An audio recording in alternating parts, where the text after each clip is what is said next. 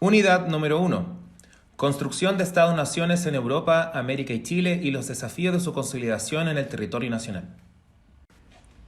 Objetivo de sesión: explicar las ideas republicanas y liberales y su relación con las transformaciones políticas y económicas de América y Europa durante el siglo XIX. Para comenzar, necesitamos establecer nuestro contexto histórico. ¿De dónde surge la idea de Estado y Nación? Surgen en el siglo XIX como consecuencia de la Revolución Francesa y el movimiento intelectual llamado Ilustración, el cual cuestionó el orden establecido por las monarquías mediante textos políticos y de gran difusión por Europa y Occidente. Revolución Francesa. Entre 1789 y 1793, los revolucionarios franceses derrocaron la monarquía borbona, pusieron fin al régimen feudal, proclamaron la Declaración de Derechos del Hombre y el Ciudadano y establecieron la República, poniendo en práctica los principios de la Ilustración. ¿Qué es una monarquía? Según la Real Academia Española, es una organización del Estado en la que la jefatura y representación suprema son ejercidas por una persona, que a título de rey o reina, ha recibido el poder por vía hereditaria y puede transmitirlo del mismo modo. Asimismo, las monarquías europeas tenían una estrecha relación política y económica con la Iglesia Católica, institución que respaldaba y validaba a reyes y reinas como autoridades bendecidas por la voluntad de Dios. ¿Qué fue el feudalismo? Recordemos que el feudalismo fue un sistema de organización social basado en el trabajo de la tierra, cuya estructura de sociedad piramidal tenía generalmente 3 niveles. Como base al pueblo llano, compuesto por campesinos que se ocupaban de distintos oficios como leñadores, artesanos, pastores, sirvientes, entre otros. Eran los que ocupaban la mayor parte de la población durante la Edad Media. Segundo nivel, la nobleza, dividida entre las familias aristócratas, compuestas por duquesas, condes, caballeros, entre otros. Y por cierto, aquella nobleza de la Iglesia Católica que se fue enriqueciendo conforme la institución lograba más poder en la sociedad, compuesto por obispos, abades, monjas, frailes, cardenales, entre otros. Todos ellos le tributaban al rey o señor feudal, quien se encontraba en la cúspide de la pirámide social y ejercía el control político, militar y económico de sus dominios. Declaración de Derechos del Hombre y el Ciudadano. Documento escrito por la Asamblea Nacional Constituyente que establecía los derechos y deberes del ciudadano. Por consiguiente, estaba basado en los 3 grandes principios de la Revolución Francesa: la igualdad, la fraternidad y la libertad. ¿Qué es una república?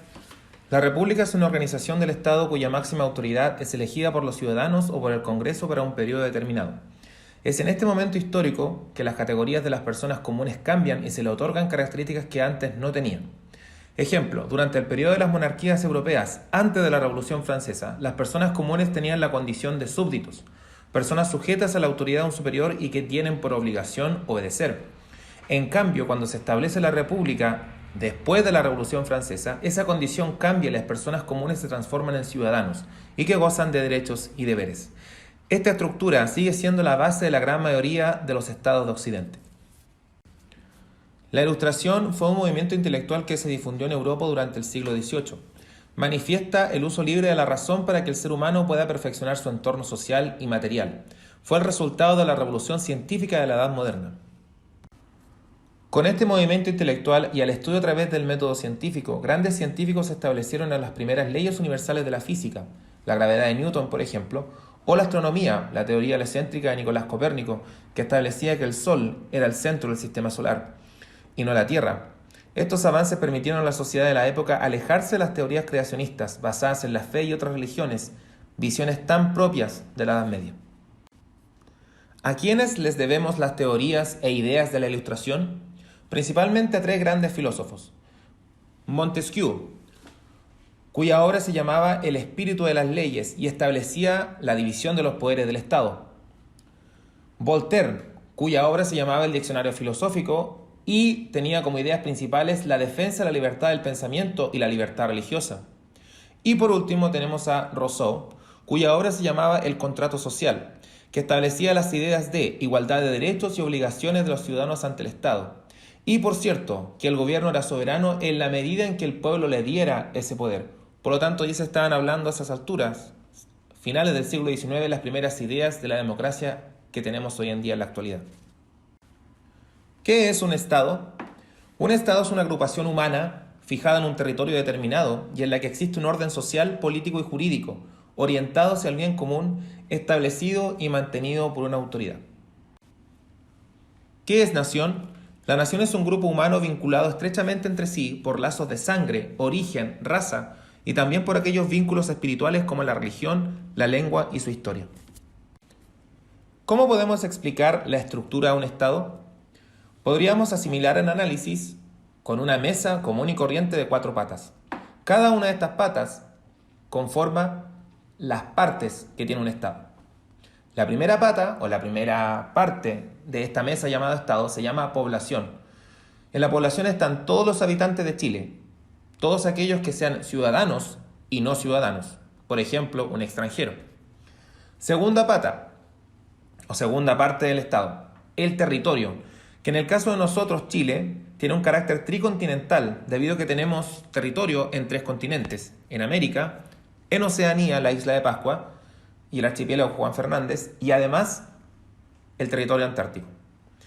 La tercera pata o la tercera parte de esta estructura de Estado es el poder, que en nuestro caso, y al igual que en muchos países de Occidente, está dividido en 3, el poder ejecutivo, el poder judicial y el poder legislativo. Y por último, la cuarta pata del Estado es la soberanía. Cada ciudadano es soberano y ejerce la soberanía mediante el voto, cuando cumple este ciudadano los 18 años de edad. ¿Cuáles son las sedes de los poderes del Estado en Chile? La sede del Poder Ejecutivo es el Palacio de la Moneda, la sede del Poder Legislativo es el Congreso Nacional y la sede del Poder Judicial es la Corte Suprema. ¿Qué es el ordenamiento jurídico? Es un sistema de normas que rigen la organización del Estado. Se presenta de forma escrita, llamándose Constitución, Carta Fundamental o Ley. Su objetivo es definir las características y responsabilidades de las autoridades y contener los derechos y deberes de los ciudadanos, consagrando siempre la igualdad ante la ley. En el caso de nosotros, nuestra última Constitución es la que fue hecha en 1980. Si ya establecimos qué es lo que es la República, ¿qué sería entonces el ideal republicano? Son los principios básicos que hoy en día toda república tiene. El primero de ellos es la soberanía popular. El segundo, la separación de los poderes del Estado. Y el tercero, la igualdad ante la ley y la necesidad de una constitución. ¿Qué es liberalismo? El liberalismo es una doctrina política, económica y social que defiende la libertad del individuo y la limitación del poder del Estado en su vida. Durante el siglo XIX, las ideas liberales influenciaron en la creación de la mayoría de los estados de Europa y en su forma de organización. Dichas formas pueden ser 2.